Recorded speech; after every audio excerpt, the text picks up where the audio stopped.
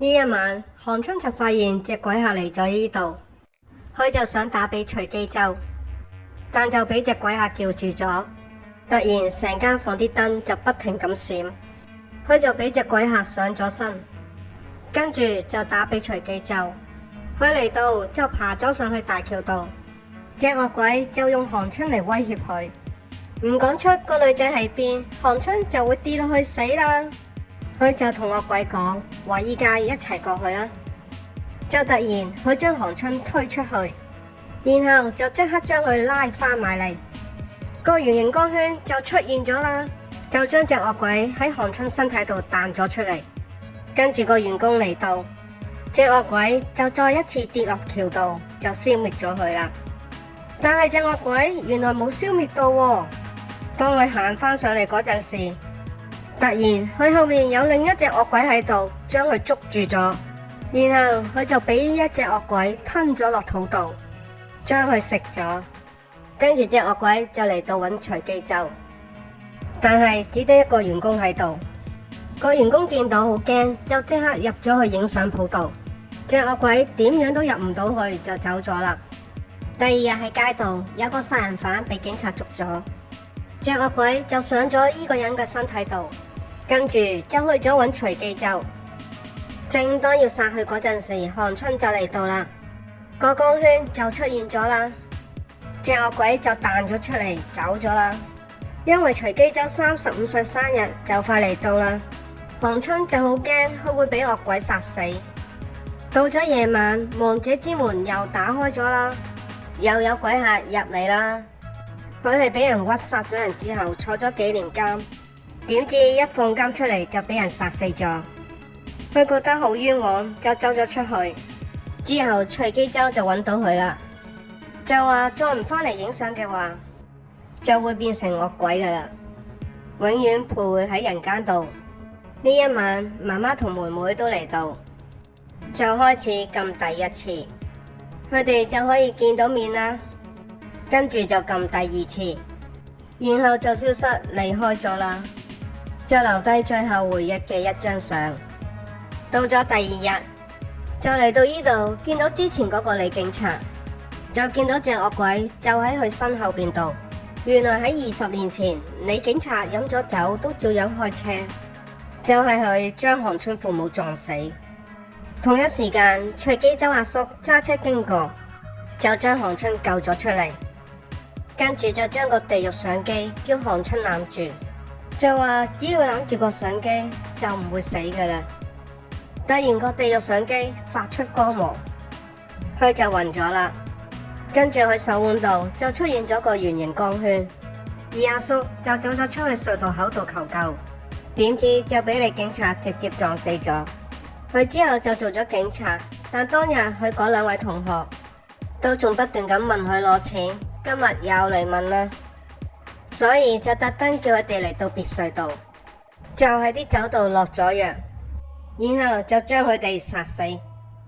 跟住佢返到屋企，就喺窗嗰度見到有隻鬼，隻鬼就上咗佢身度，因為隻惡鬼要部地獄相機嚟重新復活，佢一定要揾到擁有相機嘅人，然後將佢殺死。就係咁，佢就做咗隻惡鬼宿主啦。今日隻惡鬼嚟到，隨機就負傷落到去大堂度，見到佢流咗好多血，冇晒反應。佢死咗啦，隻惡鬼就可以攞到個相機啦。到咗黃昏，韓春就約咗隨機周喺遊樂場度見面，但係佢想上前攬住隨機周嗰陣，就發現佢已經係一隻鬼嚟啦。然後佢就慢慢咁消失咗啦。跟住隻惡鬼就嚟到，就控制李警察隻手，到西門就打開到啦。隻惡鬼終於可以入到嚟影相鋪度，就見到個地獄相機喺度，就繼續控制住李警察行埋去，用手去拎走部相機。但點知一掂部相機就變咗出返咗嚟啦。隻惡鬼就覺得好奇怪，唔通隨機就仲未死？就即刻再次打開到細門，就只係見到熱水爐喺度咋。另一邊隨機周原來仲未死，佢送到嚟醫院搶救之後，就上咗病房，佢就變成咗三魂。佢就想入返去影相鋪度，但點知打唔開到道細門，佢就試下衝入去啦，但係就出返咗嚟，都係入唔到去。惡鬼知道徐紀周仲未死，就叫你警察嚟病房度殺死佢。因為有韓春喺度，就將佢彈咗出去，跟住就再次入嚟想碾死佢。仲有另一位警察嚟到，佢先停咗手。惡鬼就知道有個圓形光圈喺度，就話韓春殺咗人，要將佢帶走，跟住就即刻返去病房度去殺徐紀周，但就唔見咗人，佢就周圍去揾。原來員工上咗院長身度，將徐紀周調走咗。跟住第二日，佢哋就嚟揾其他鬼幫手，因為有鬼幫手，好快就揾到條車片，就將條片俾咗另一位警察。就證明到殺人嗰個唔係韓春，而係李警察。而李警察喺醫院度就揾到徐紀周，佢就入咗嚟病房度。佢想行過去嗰陣時，原來已經有其他警察喺房度等緊佢出現，佢就逃走咗出嚟。